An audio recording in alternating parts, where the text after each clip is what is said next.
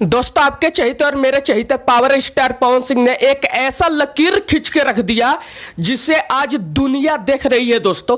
और दुनिया ये लकीर देख के यही बात बोल रही कि ऐसा कारनामा कोई कर सकता है तो वो है सिर्फ और सिर्फ भोजपुरी के सबसे बड़े star power star Pawan Singh. दोस्तों आप लोग वीडियो में बने रहो और चैनल को सब्सक्राइब कर दो। मैं बताता हूं कि कौन सा लकीर खींचे हैं हमारे और आपके चहेते पावर स्टार पवन सिंह।